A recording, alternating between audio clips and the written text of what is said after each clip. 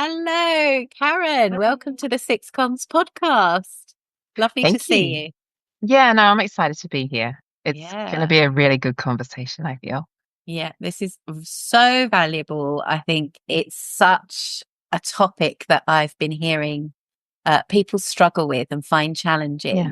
So, yeah, this episode is all around boundaries and our inner critic. So, I thought a good place to start is kind of defining what these terms mean. So, Yeah. what is a boundary and what is our inner critic? Yeah, I think it's because I imagine there's a lot out there about what boundaries are and what's Mm, your inner critic. So I thought definitely for what we're going to speak about, it would be great to provide, like you said, a definition of what that's going to be about. So to simplify it, because I tend to go and overcomplicate things sometimes. And so I'd like to simplify it. So a boundary effectively is reflecting our core values. And so it very much is, I like to think of it a way of like you're keeping the people you want in your world versus like pushing everything away. Because it's a nice way to look at it. Like you're creating a world and a space where you feel safe and you keep those people in. And I heard on a podcast recently from Mel Robbins, and she was sharing about her dog, and that she was saying how her dog, it doesn't matter what the neighbor does, they just slightly open the door, it just hears it for some reason and then races off, jumps over the fences, and then goes into the neighbors. And they were finding this to be a problem because it would put the dog in danger because it was racing off without anyone being with it and potentially could get hurt. So what they came up with is they needed to create one of those little fences that go around the yard to keep the dog in and keep it safe. And it sounds like, oh my goodness, one's the flags that kind of give a little bit of electric shock, but they shared with the dog and they trained it to realize that this is where your safety is, stay within here. And it wasn't to keep the dog in to like go, goodness, you can't get out, but it was to keep it safe in the sense that the dog could go visit the neighbor's dogs, but they would take it there so that it didn't get run over or hit or something like that. And I think when she shared this, I could imagine, I'm like, yeah, so what are we doing to create that boundary? You can still get out, but you know how to get out. You can get out safely, or you can stay within there. And it wasn't really to like fend off people in that awful way. It's kind of keeping what you need in that space. So it's really is a boundary is focused on what you value most, right? They value their dog, so they keep it in that space. And then when we go to the inner critic, it's we all have it. Like we all have it. Don't pretend we don't. Like I think, right?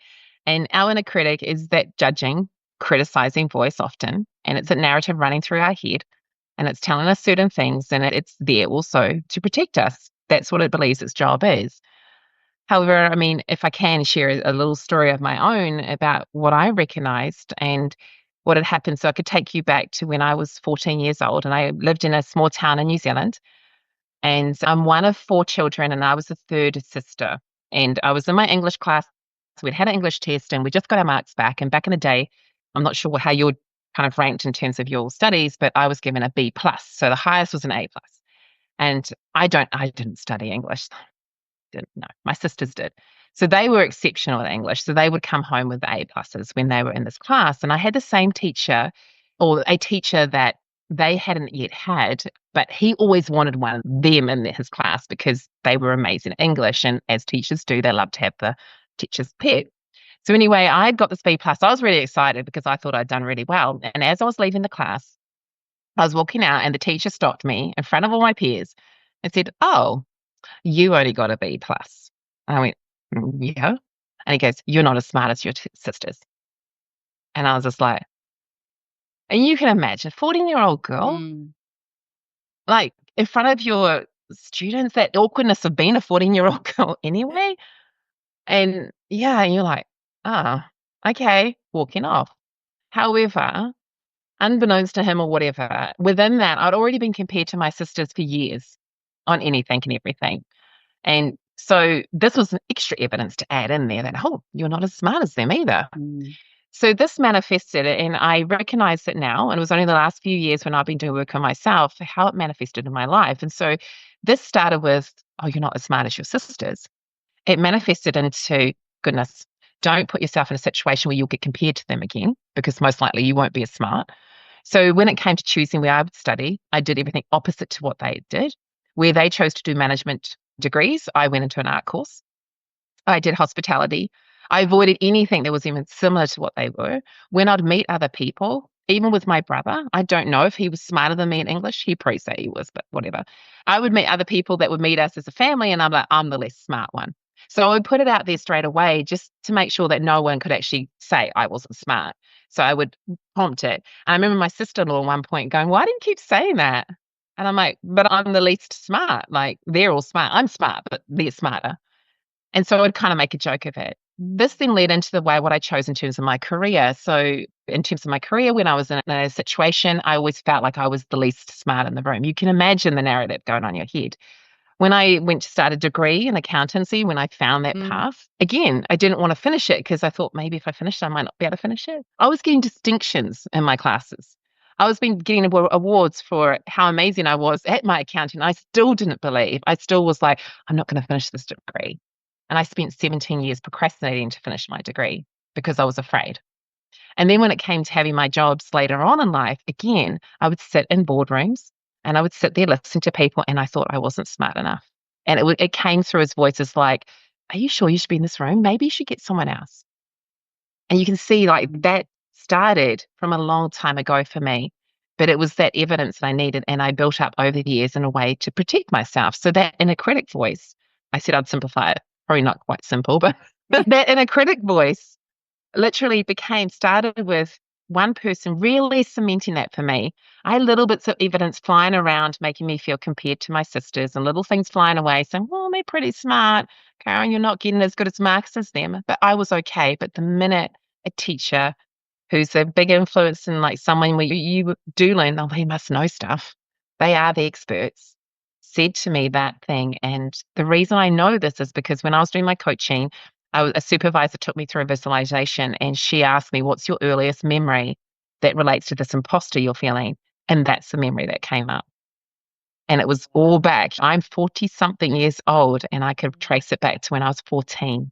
And at that moment, he took my power away and he made me believe that's what it was. So my inner critic jumped in and said, I'm going to protect you. And that's what it does. It protected me, but then it didn't know when to stop. Yeah. Oh my So, gosh. I yeah. mean, that's just like such a story that highlights like the power of someone's words. Yes. It's like if someone like in that position says something and like also for me, it's like, I mean, I don't know whether you feel this, but it's like that idea that he would say that in front of others. It's like a No, humiliation on top of I the don't understand. negativity. Yeah. I Wow, did not that's to be understand. painful. And I think my mum even told me when she had like parent teacher interviews that he'd made a comment like, oh, I got the wrong sister in my class. She told him off. But my mum told me that in a way later on in life, not then. Yeah. Something like that. I remember that it was something that was said because he wanted one of my sisters who were exceptionally amazing they were, but they also studied lots. Like, I Mm. did not study. I did what I had to. So, they deserved that. But I guess as a 14-year-old being told that stuff, you're just like, Wow. I yeah, mean, no, that's really. unkind. That's Oh, it's really terrible. unkind. Terrible. Yeah, no, definitely do Okay. go So tripping. that was a great, and I loved what you talked about with the Mel Robbins and the dog Yeah, analogy. What a great way of helping us to understand what a boundary is. And I love this, yeah, the way thank you you. say that it's keeping the people that you want and you need and that are aligned with your values in and creating that Exactly. safe space for yourself, which is great. I'm interested in kind of delving a bit deeper into this boundary. But for you personally, what is a boundary you've set yourself? How do you Oh. maintain that, create that nice, safe space? Yeah, no, that's a really good question. And I think what comes to mind for me is definitely you're the same. You're a solopreneur. You are visible on social media. Before I started this journey, there's a funny story, but I probably won't go into it. But before I started this journey, I wasn't on social media a lot. I chose not to be. There was Mm. lots of reasons, probably this imposter syndrome, this doubt and stuff, and not wanting to be put out there. But when I started this journey, I recognized that I had to be visible on social media for people to get to know me, to trust me, to build that know, like, and trust. And so now I'm fine with it. And I'll be on Instagram and LinkedIn, and I'm happy to do things like this and go on chat shows and that. But the boundary I have for myself is that when it comes to me, like you've probably seen me sweaty and awful and McRitchie walking around. And I don't mind that because I'm reflecting on something and I feel like it's coming from a place where in nature, like you do Mm. the walk and talks and stuff. I'm in nature and I'm really getting that inspiration and I want to share and I'm okay with that. But when it comes to me and what I do on a daily basis, my boundary is that I'm not sharing as much about that. I share it with people that I choose to have in my world. And if I'm having conversations with you off the line, we'll have conversations about that and I will share, but I'm not going to put that on social media. And so my boundary has always been is like I'm there to serve and to help people. So I don't have a personal Instagram account. I have a business Instagram account. My Facebook is probably my most personal, but I don't put a lot off there. My parents, my mum is constantly saying, I don't really get many photos of you. I don't really know what you're doing. I'm like, well, I catch with you each week. Tell you, I can send you some photos, but I also am respecting in that way. I'm respecting myself, but I'm also respecting my family because if they would like to share anything, then they can do that themselves now. And that is definitely one in terms of a boundary I have to keep me safe because when you are so visible, it's really nice to have that part of yourself that you get to just share with who you choose. And I feel that if I was to put on social media, then that's even more parts of myself that are out there. And I feel like I've got enough already. So for me, a boundary is to keep that part of myself. If I'm away on trips, maybe I might share a couple of photos for my story, maybe a photo here and there if it's so amazing, but it's usually sending it directly to people as opposed to posting it on social media, which could be open Yeah. to many. So yeah, that's my boundary. Wow. And that's so relatable to so many people now. I just like the whole social media world is like, I think people are just finding it so hard to navigate. But I love the way that you've kind of really set very clear boundaries about what you're going to share in that open public space. Yeah, it's And important. I think also there's like this difficulty, especially when you transition, as we have, from working in organization to running our own businesses. And I'm sure there are listeners Yeah. that relate to this. Maybe they've made that transition as well, or they're thinking about making that transition. It's like, yeah, how do you navigate that level of visibility? Because you've got to be out there in a I've heard way that a because lot. you need people to know, you kind of need people to know what you're doing and what you're talking about to get an insight into your brand and what you stand for and whether that person would like to work with you or not. But it's like, where's that line that you draw between being totally authentic and sharing, everything about you versus for the good of your business? Yeah. And where do you draw the line from a personal point of view that some things are sacred to you and your family and your close friends? And it is like you don't want to, I think, initially when you start, because you've definitely come from corporate, I have as well. And so I was in that space of I wasn't yet ready to share parts because I thought I was still worried about what other people would think. And Mm. you're like, oh my goodness, would this person do that? Will they think I'm a fraud? I've just transitioned over here and that. And there was a lot of that going on. So I think it is gradual little steps. But then you get to that point where your focus becomes about if I want to help more people, then this is what I would do. But there is a way to put boundaries in place and still be authentic. Like when you see me, Sweetie and McRitchie walking around, I haven't just poured water on myself. Like Yeah. I've been for a walk and I am in my same blue top probably and same old hat and that kind of thing. And like when we go on the walk and talks even, right? Yeah. We're not all like, oh, okay, let's get our best gear on. We're Yeah. literally like, yeah, so that's authentic me. That's me saying, I enjoy walking. I enjoy doing this. Nature is a place I love to Mm. be. And now through that, I've just had this moment and now I'm going to share this with you. And I Mm. hope this will help. And it's really quick and easy as opposed to trying to do my makeup and sitting and finding the right spot. So, Yeah. yeah, there's things you can put out there which it feels safe Mm. and it can And still help yeah. others. And I like what you're saying about like the service, to be of service to Yeah, someone. Like, what is the value that I could bring or I could help in some yeah, way? That's really good. definitely. So we've got this inner critic, as you were talking about. You shared that story, that not so pleasant story about your teacher calling you out in front of No, what's other that? people. How does how Yeah, does your inner critic show up? Because it's not disappeared. It never no, disappears for any of us. It's no. always there. How does it rear its ugly head? Oh my goodness. Yeah, no, it definitely does. For me, I would say that now, in the space that I'm in now, because I've done work on it, I can notice it more. But as an example, it usually shows up like most likely your inner critic will show up when you're going through some sort of change. So that'll be like when you're taking a little step outside your comfort. So, for example, when I turn up to networking events, like a new one, like completely new with new people, maybe you've been invited. So I might know one person in the room, usually online.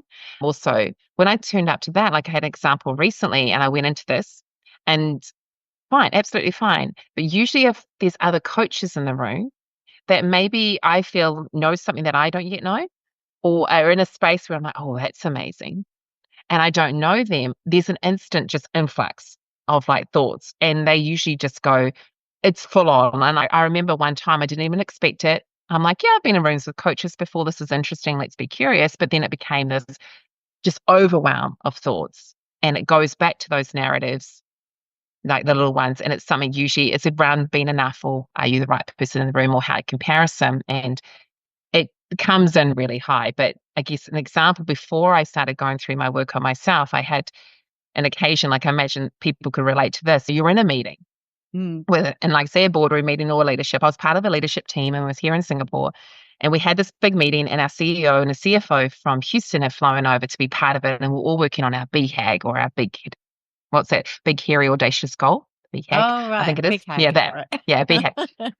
So we'd already set that back a few months earlier. And so they'd all flown over for us to kind of sit there and really go into it further so we could then deliver it to the region. And so we're all sitting there having a good chat, and they go around the room and each asking us each an idea. And I'm already feeling a little bit on edge because like, as you can imagine, I'm still dealing with this. Are you smart enough, Caryn? I haven't yet dealt with that in my life.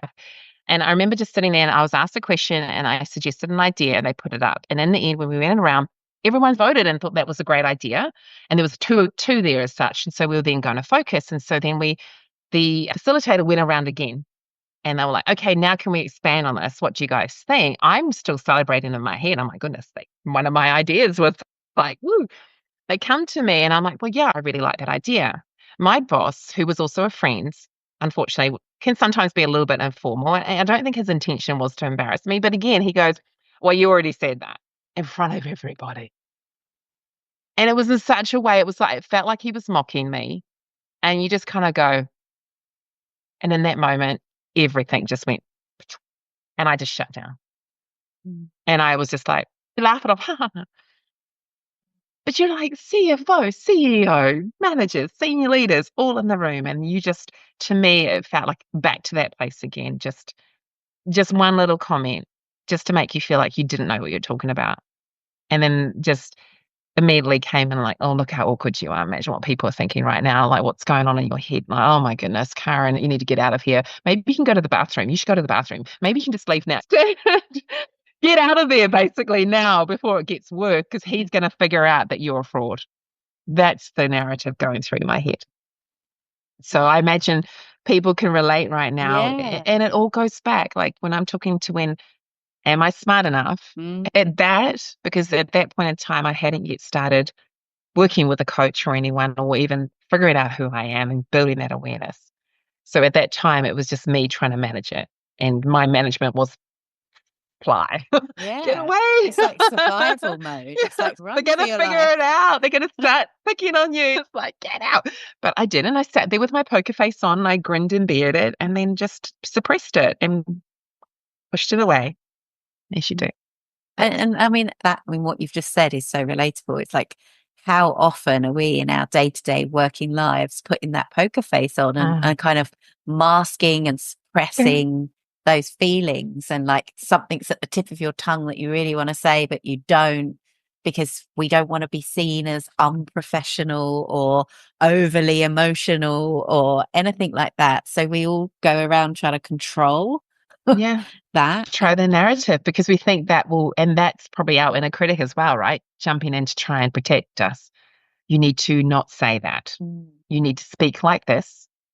You need to do this, you need to do that. And then you get so confused. You're like, what am I supposed to do? To the point where you just go, I'm going to not say anything. Thanks. Yeah. And that in terms of energy Yeah. must be really draining. Exhausting. And Yeah. it's exhausting too, because you have something to say. And I think that's the reminder for anyone listening, is like the journey I think both of us have probably been on, is we have something to say. We do struggle with our inner critics. And that will be like, it's always something that's there. But we'll probably talk to that soon about like what you can do to help yourself with Mm. those. But I think you do have something to say. And I was at an event last night and we were talking about this, like, how can you be more authentic? And what is it that maybe you're holding back? And it's recognizing that there's parts to yourself that maybe some people may not, they might find, oh, but that's okay. That maybe that's not your people.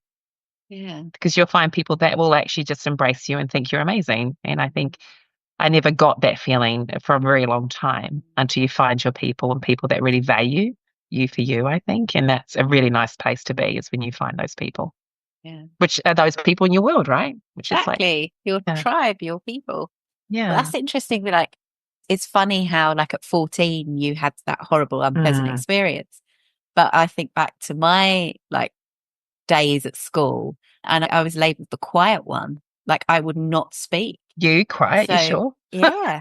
I mean, it's just shocking for most people, but I spent a lot of time when I was working in an organization in meetings not saying anything because Wow. my voice was saying, you don't say anything because you're the quiet one of the family. You're the shy one. So you were like, I don't. That's I what my role just is. don't, that's my role. I sit and I smile and I'm pleasant, but I don't say anything. I have ideas. But I don't, I will say that to a Mm. one on one, but I won't say that in a group setting, especially Wow. indoors in an office. Can I ask how that changed, or did you like? Just Do you I remember? kept getting feedback that people were getting frustrated because they were like, you've got all this experience. When we speak to you one on one, you've got all these great ideas. Yet we go into a meeting and you don't speak. Like, we want to hear your ideas. Wow. So then did you just one day speak? So then I just started slowly, just kind Oh of giving wow. myself little goals of like, okay, I want to say this in the meeting. So I'm going to say that, and I prepare it a little bit. Oh, And amazing. then slowly but surely, I'd say a little bit more and a little bit more. And Yeah. if I got a positive reaction, so that would build my confidence, and then it would be accumulative. And then, but I mean, the irony is, put me in front of a group of participants and run an all-day course in front of 20 people, And you and I'm can't shut you up. absolutely fine. Put me in a meeting with my Oh team. yeah. No, nothing would come out Wow. because it would But feel like classroom again. yeah, so it brings you back to that Yeah. that space, and then but I love that, like that's like a little tip in itself. Like you said, there's the side which is like you've got the things inside of you and you like little bit, and then you've got the part where you're quiet. But it's I love how you suggested the idea of like you prepared yourself and you set yourself little goals just to be brave enough to kind of do it, and then you collect. What you're doing is you're collecting evidence, aren't you? How did that go? How did that feel? Mm. All this. And then next time, okay, remember next time you did this? It's like building that habit slowly, but it's like it's really brave to do that, I think, too. But I guess Mm. you had a lot of people on your side going, come on, like you've Yeah. got a lot to say. So But you that had only that already. works if you get, I was blessed on a very few occasions that I had really good line managers. And when I had a Mm. really good line manager who was really supportive, and in those one-on-one conversations, I was getting really positive feedback. That built my confidence to then bring it up. Yeah. Or he would introduce me or suggest Mm. without me in the room, oh, Lisa's got this great idea. That's so good. I want her to come in on this meeting and share this idea that she has. So it kind of gave me the permission to speak And a up platform to rather also. than me having to do it from cold. So So do you find now that not a problem? Do you find like it? I mean, like, we all have the inner critic, but do you find when you're in a meeting kind of, I mean, I know you're not in the corporate, but if you're in some sort of yeah, meeting, do you find you're it less? it does sometimes rear its ugly head, Okay. especially in indoor spaces that I don't feel, Oh, which wow. is why I go outside. I was going to say, is this why you do the outdoor If I feel coaching? a bit confined or I Hmm. don't like the energy, I'm very sensitive to the energy in the room. So Yeah. if I feel like even like a little thing, like this is going to sound really weird, but like if the ceiling's too low, Oh, no. Yeah. No, I'm I like, agree. I'm talking a lot. Yeah. I'm really I not. feel And if like, I don't have windows, I'm like, oh, oh, no, yeah. no. Strip lighting is also another thing that I find. Lighting is a huge thing for me. Like in my So house, you really, like I you said, drive my because you're in a, husband mad because like we don't have big lights and we just have lamps with like the warm glow oh, bulbs. lovely. He wants, I can't do the bright. No. So yeah, I'm quite sensitive to stuff. And I think I'm spoiling myself going outside so much. but it's such a good, such an important message though, isn't it? Because that's what we need to be aware of. It's not just your inner critic, it's also the environment you're in. Like me in a boardroom, I imagine like now, if I was to go back to a boardroom and sit there, it would be, I would have to do a lot of prep. Yeah. I couldn't just walk in because it would bring back a whole lot of memories Mm. and a whole lot of, it would just be like, I'd be having, like, you could see them, thoughts would be thrown at me. So I imagine the same. Whereas yeah, no, I can sense what you're saying. Like, and so it's really important. It's like, yeah, the inner critic is going off, but you also need to be aware of what's the environment that you're in at that time, who you're around, which is, and sometimes you don't have the control of No. creating that space to have those boundaries in place. Like, you can't push, say, your boss out if you don't like them. You have to work with that person. So, how do you then set that up? Mm. Maybe there's things on your desk even that just give you a bit of energy, maybe, or Yeah. mantras or something that you have as well that might be able to help you in that situation. Yeah, Yeah. I think that's important to remember. So we can say that boundaries and inner critic are connected. Can we? Absolutely. Oh, Yeah. yeah, no, I think definitely because, sorry, that's a Kiwi Australian thing. Yeah, no. But yes, because ultimately, like we said before, your boundaries are there to keep you safe and keep the people in your world. And the critic is, they believe it's like, then the critic believes its job is to protect you. The difference being is your inner critic, it comes from past experiences where your boundaries are based on your core values as at now. So you have this, depending on your age, some of us might be a bit more mature. You have a lot more kind of things that have been driving that for a long time and have built up evidence and collected stuff along the way. And so definitely, if you break it down and go into it, there's layers. Like I talk about, there was some healing there for me when I did the visualization on the I am smart, and I'm able to detach myself from that, but it will come up again. It's just that now I'm able to catch it and recognize where it came from. And I think that's there's a connection of they're both there to protect and keep us safe, but one probably has the wrong agenda. It didn't get the memo that you maybe past that part of your life and you don't need that protection anymore. Yeah. Nice. So So let's move into like the how, so the practical tools. Three practical tips or tools, yeah. Karen. I know I'm putting you on the spot with this, No, it's all but right. It's all right. Because it's like, there could be heaps, but and you've already shared some really good ones. So I'm like, oh, okay, like I didn't have that one. So sorry.